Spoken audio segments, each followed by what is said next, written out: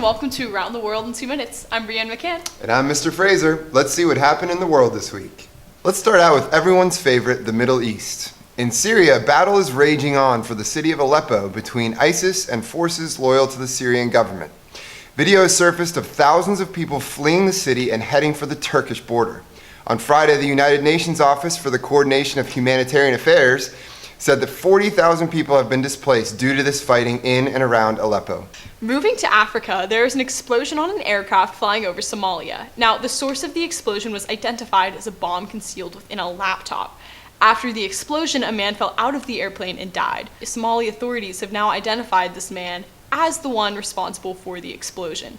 Investigators in the country believe that the attack was orchestrated by an Al-Qaeda affiliate, Al-Shabaab, though they do not know if the man was directly involved with the group. Flint, Michigan is not the only town with a water problem. The 2016 Olympic Games are to be held in Rio de Janeiro, but the Zika virus, an international health crisis, is threatening the safety of the event. But rest easy. To guard against this virus in Brazil, the Olympic and Paralympic venues will be inspected daily during the Games to ensure there is no water where mosquitoes, the carriers of the disease, can thrive. This news was first brought to French classes by Madame Endy and now will be brought to you all. In France, something huge is happening. The spellings of 2,400 French words are being changed in effect this fall. One of the most sweeping changes will be the removal of the circumflex accents from I's and U's in many words. In case you don't know what that is the hat. The reason, according to the French Language Council, is for simplification.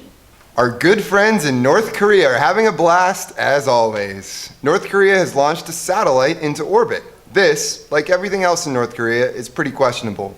It's believed that this launch is actually a front for a ballistic missile test. U.S. officials have agreed, saying that the rocket used to launch the satellite is also capable of delivering a nuclear warhead.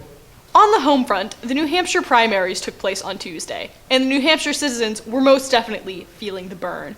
Bernie Sanders absolutely demolished Hillary Clinton in the polls. Donald Trump was victorious on the Republican side, but in the plot twist of all plot twists, John Kasich, who has been relatively unknown during this campaign, came out in second place.